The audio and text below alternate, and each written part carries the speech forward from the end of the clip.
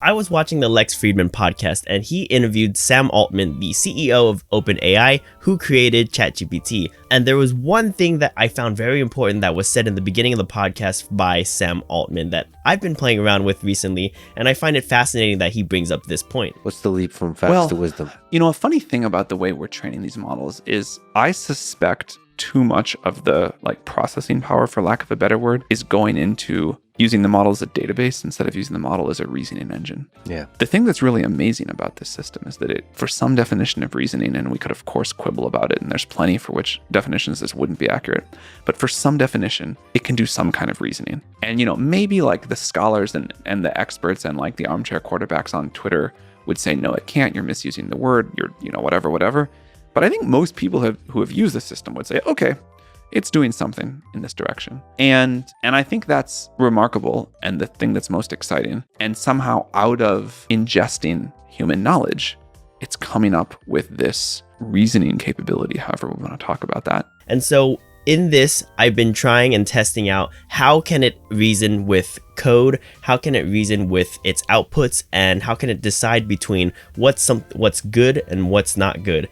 And so the reason that I've been doing this is because I've been playing around with the idea of self-supervised code, which is the ability for it to create code and then improve upon its own code in order for it to, quote unquote, be a closed loop system where there's no human telling it exactly what it needs to be done. It can iterate and correct its own code, correct and recorrect, and just continue along the lines of that. Let me give you a demonstration on what I've been playing around with and some improvements that I made upon it from the video that I released the other day. So let's go ahead and jump into the demonstration that I'm going to show. Okay, and you don't need to have any knowledge of what's happening in the code that's going on here in order to kind of just see the demonstration, but I'm going to be asking the ChatGPT to do something and execute it in code in order to create files in this folder over here. So I'm just going to go ahead and start it, and it's just going to be me interacting with ChatGPT. Hey there, can you create me a text file that goes through a random list of words and then a random number list and outputs those into one text file called test? You decide on the format, please.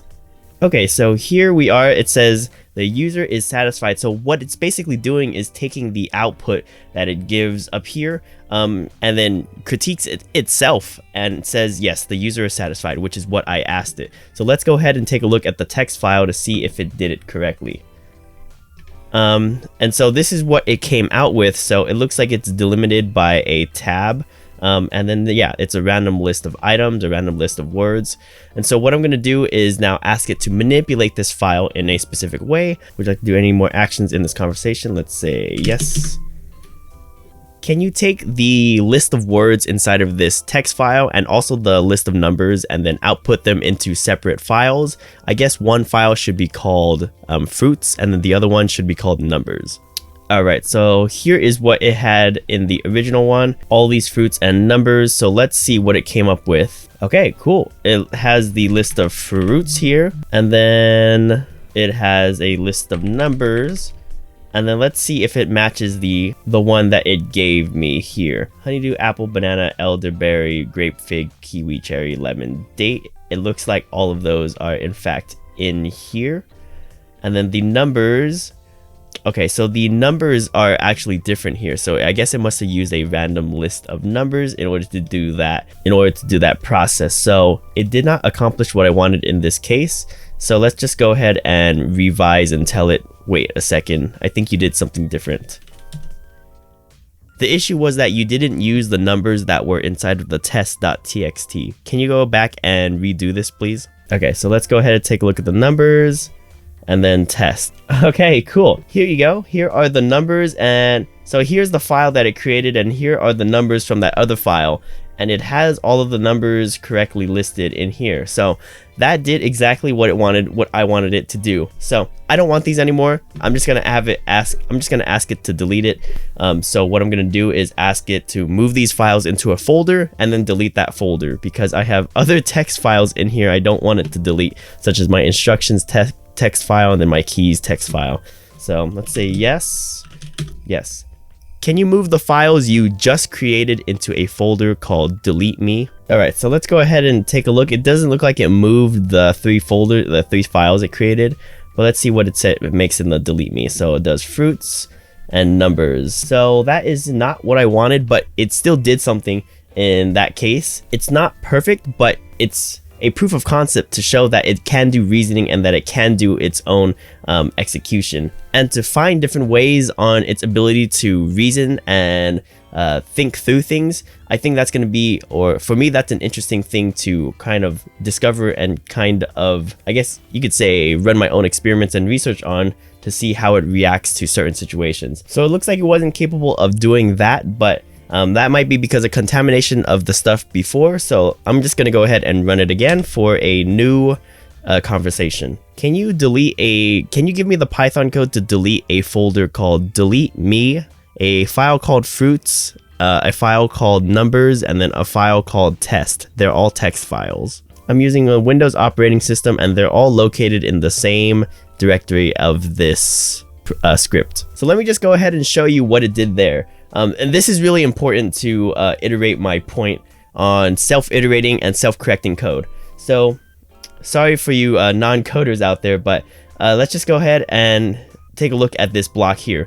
So this is the original block that it gave me, and it didn't work. So it gave me an exception here. So what this is telling me is that an error occurred when it tried executing this code here, and it didn't execute it. So what it instead did was feed that exception into it and then bring it back and then re-execute it. So this is super exciting, and as you can see, it says I see, and it tells me why here, and then gives me the updated code right along here, and then outputs it here. So now, yes, the user is satisfied, and indeed I am satisfied. The folder is gone, and then the text files are still are gone from here as well. And this shows that it reiterated its own code to fix an error that it had originally tried to do. And I think that's really important. It's a feedback loop to ChatGPT to tell it what it's doing wrong in order for it to correct itself and execute the correct code. So that's crazy, right? This is just a simple example of using it for, file manipulation, but this is just the beginning. So the fact that this is here, or that you can do this, is really cool, and that's what I'm playing around with, and that's what I'm trying to find out, test out more things to do, find out some projects to do, and dive a little bit deeper. I'm already thinking about ways I can create embodied programs or embodied systems to where, it's moving hardware, it's using sensors as feedback, stuff like that. So that's all going to be really interesting. I'm really excited for this type of stuff, and I just, there's just so many things that you can do with this. It is the start of kind of like a new era of technology, in my opinion, because you have something that's able to reason, it can reiterate and find out where things are wrong. It's crazy. I just wanted to make a quick little video because I was watching that podcast today and working on this project, and I heard that while I was working on the project, and I was like, oh my god, this is literally what I've been thinking about recently. And it's nice to see that, Sam Altman, the CEO as well, is kind of thinking along the same lines of me, right? All right, guys. Thanks for watching today. I'll see you again later.